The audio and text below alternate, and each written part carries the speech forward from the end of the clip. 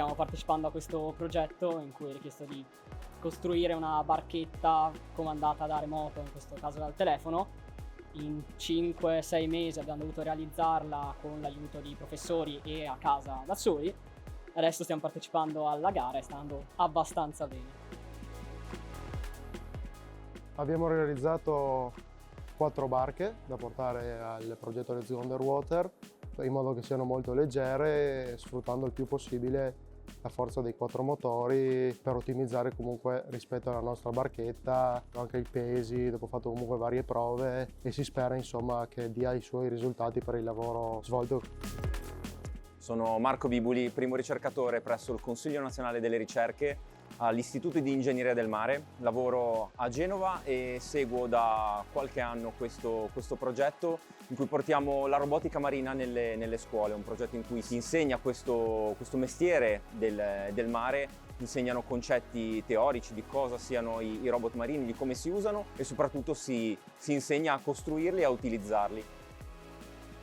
La robotica marina oggi rappresenta un ambito di ricerca scientifica estremamente importante e innovativo. Ci permette di esplorare aree del pianeta inaccessibili all'uomo e riteniamo che sia davvero un modo innovativo e intelligente per portare l'attenzione e anche il divertimento nelle scuole per i ragazzi e per il loro futuro.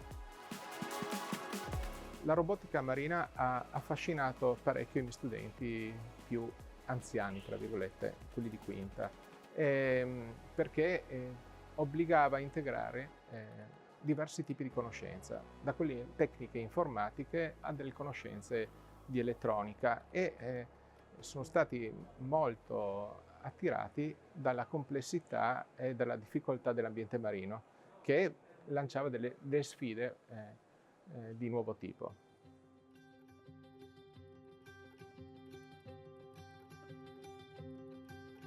Questo è un progetto molto utile perché ci aiuta ad entrare nel mondo della robotica marina, ma anche un pochettino più in generale nel mondo della robotica che si sta sviluppando molto in questi anni. Se devo essere sincero, prima di iniziare questo progetto non ne sapevo molto, ma grazie a questo progetto sono riuscito ad ampliare le mie conoscenze e ad appassionarmi un po' a questo mondo. Prima del percorso dobbiamo vedere se galleggia la barchetta, se no non galleggia siamo tagliati fuori. Avendo finito ieri sera alle 2 di notte di fare le barche, diciamo che adesso cominciamo appena la fase di test noi a questo punto. Let's Go Underwater, un progetto estremamente interessante perché si occupa ovviamente di robotica ma non solo, informatica, si occupa di telecomunicazioni e poi è una sfida che dobbiamo portare poi a compimento con la competizione odierna. Potrebbe essere interessante in futuro riuscire ad ampliare il numero dei sensori per poter proprio rilevare caratteristiche del mare, quali potrebbero essere, penso, temperatura, salinità, pH, per poi avere una banca dati per il monitoraggio della condizione del nostro pianeta. Oggi abbiamo fatto navigare la nostra barchetta all'interno di un percorso ostacoli in questa piscina. Questa barchetta è stata completamente progettata da noi. Il CNR ci ha fornito i pezzi e il software, noi abbiamo proceduto ad assemblare tutto quanto, abbiamo scritto un nostro codice personale per gestire il movimento della barchetta all'interno della piscina. Per il momento sta andando abbastanza bene, abbiamo finito il primo giro in 3 minuti e 55. Abbiamo lavorato con Raspberry, abbiamo dovuto progettare tutto quanto, abbiamo pensato alla struttura del drone, tutto, abbiamo messo 4 motori e l'abbiamo testato in acqua marina prima di venire qua.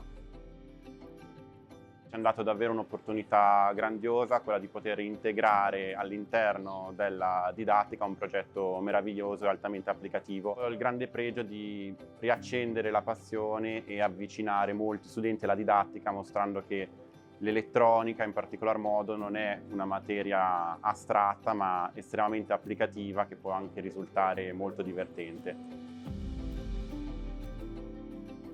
Sono Fausto Ferreira, sono un docente all'Università di Zagabria. Sono molto contento di venire qua e di partecipare come giudici. Mi è piaciuto un sacco che c'erano tante realtà diverse, tante scuole diverse e tanti studenti, tanti background. Tipicamente per fare un robot serve 3-4 persone con skills diverse e lo spirito di squadra è molto importante, quello che si è visto oggi. E ho visto quanto la robotica marina può essere un'opportunità per inclusione e per far lavorare tutti su un progetto e per realizzare una cosa che funziona. E tante squadre anche hanno provato con aiuto degli altri, puoi darmi una batteria, la mia scarica, però c'ho ancora la gara. Questo è anche importante, che i ragazzi lavorano insieme e che collaborano. Alcuni quasi sorpresi dei risultati raggiunti, ma sicuramente molto contenti e interessati a continuare questo aspetto.